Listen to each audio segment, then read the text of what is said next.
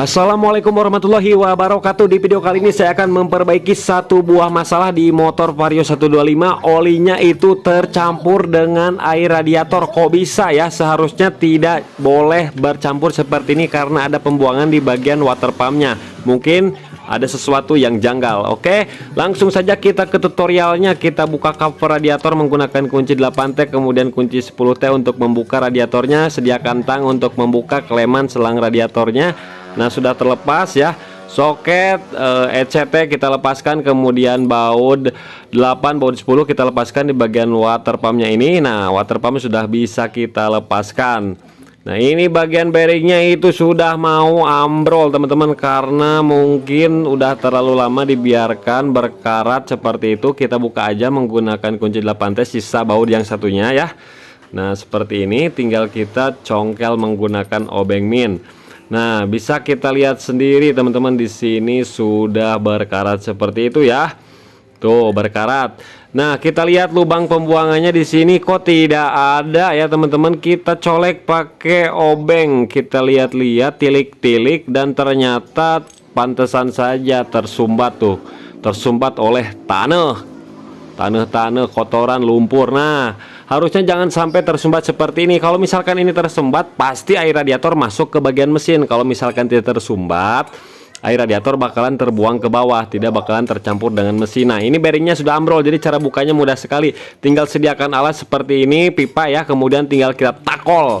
Nah, dari sini, dari depan sampai bijil ke dalam. Tuh, udah ya teman-teman, udah terlepas. Nah, bearing yang sisanya nanti tinggal kita lepaskan saja. Kemudian untuk membuka kipasnya ini mudah sekali, nanti ya kita lepas dulu ini bearing bekasnya dulu nih. Bearing yang ambrolnya kita gunakan aja lah, mau obeng mau apa aja bisa nih. Saya pakai kunci T dikit.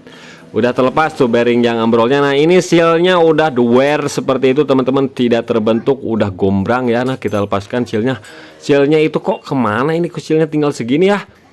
Aneh ya, kemana ini sealnya?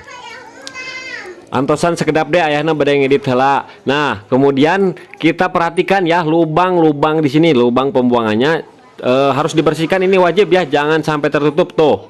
Ini kan tertutup dengan kerak. Nah, seperti itu teman-teman, hati-hati ya. Kemudian untuk melepas kipasnya ini kita bisa press, kita bisa takol juga. Kalau pakai presan ini lebih apa namanya, enggak amatiran ya. Nah, udah terlepas, saya gunakan batang klep untuk melepas kipasnya itu. Nah, udah terlepas ya, ini seal mekanikalnya ya. Nah, ini bearing bekasnya nanti kita buka di luar.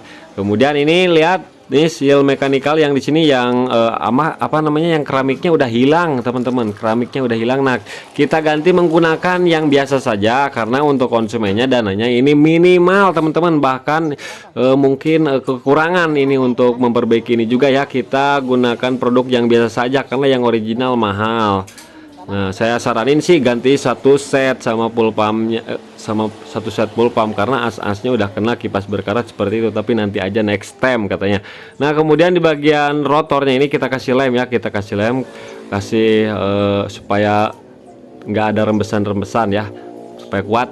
Nah, pasang keramiknya seperti ini, kemudian sealnya kita pasangkan ya. Seal, ada keramik.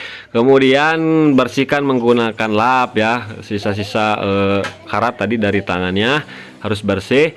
Kemudian yang ini kita kasih lem juga. Sebenarnya di sini udah ada lemnya tuh yang warna biru-biru itu. Cuman untuk lebih licin bisa pakai lem tribon seperti ini supaya saat memasukkannya itu mudah. Nah, kemudian untuk memasukkannya pakai bekas lahar stang piston Jupiter MX ataupun Mio bisa. Kemudian tinggal kita pukul, jadi rapih ya. Jadi tidak merusak seal mekanikalnya itu. Proses pemukulannya tuh harus sampai rata seperti itu teman-teman, ngepas dan presisi. Lihat lubangnya jangan sampai tersumbat oleh lem tadi, dan aman sekali. Kemudian pasang sealnya ya. Ini seal untuk mencegah oli supaya nggak rembes keluar nih. Jangan sampai terbalik tuh teman-teman, posisinya seperti ini, diperhatikan ya. Yang ada pernya menghadap ke dalam mesin nanti. Cukup pakai tangan aja didorong, harus presisi. Kemudian laharnya ganti yang baru karena ambrol ya. Nah, kita pukul aja, ketuk-ketuk. Di sini kita gunakan kunci sok 14 juga bisa ya. Nah, kita pukul tengah bearingnya supaya nggak rusak, dan dipastikan harus pas sesuai posisinya ya, jangan berlebih jangan kurang, supaya pas. Kemudian tinggal kita pasangkan di sini ya. kita kasih kunci sok, kemudian kasih pipa. Nah, kita langsung pukul. Harus banyak alat sih teman-teman. Jadi buat teman-teman yang kasus seperti ini, bawa aja ke bengkel ya, jangan diperbaiki sendiri karena banyak alatnya teman-teman. Beresiko kalau dikerjain di rumah, minim alat nantinya. Kemudian pasang kipasnya ya. Nah, rotor ya, kasih alas besi di bawahnya, kemudian tinggal kita press ataupun pukul seperti ini. Nah, udah langsung ngepres ya. Nah, seperti itu caranya ya, cara mudahnya. Tinggal kita putar-putar saja, dan ini sudah presisi seperti semula. Kalau misalkan teman-teman mau melakukan proses pembongkaran, diukur dulu panjangnya asnya supaya nggak lebih nggak kurang. Kemudian tinggal kita kasih lem, karet-karetnya kita pasangkan lagi. Jangan lupa 2 buah pin dowelnya, boss center pasang. Kemudian pasang baut 8 dulu. Kalau baut yang 10 nanti aja setelah di mesin. Kemudian posisi topkan ya. Nah, di colokan itu ya, tanda top harus sejajar dengan crankcase. Jadi piston berada di titik mati atas. Di sini nih untuk pennya itu, pen water pumpnya harus sejajar dengan segitiga ini. Nah, topkan seperti itu ya. Nah, ini top. Setelah top seperti ini, tinggal kita masukin aja ke dalam. Masa masukin keluar ya? Nggak ada ya, nggak ada dari sononya, masukin itu ke dalam.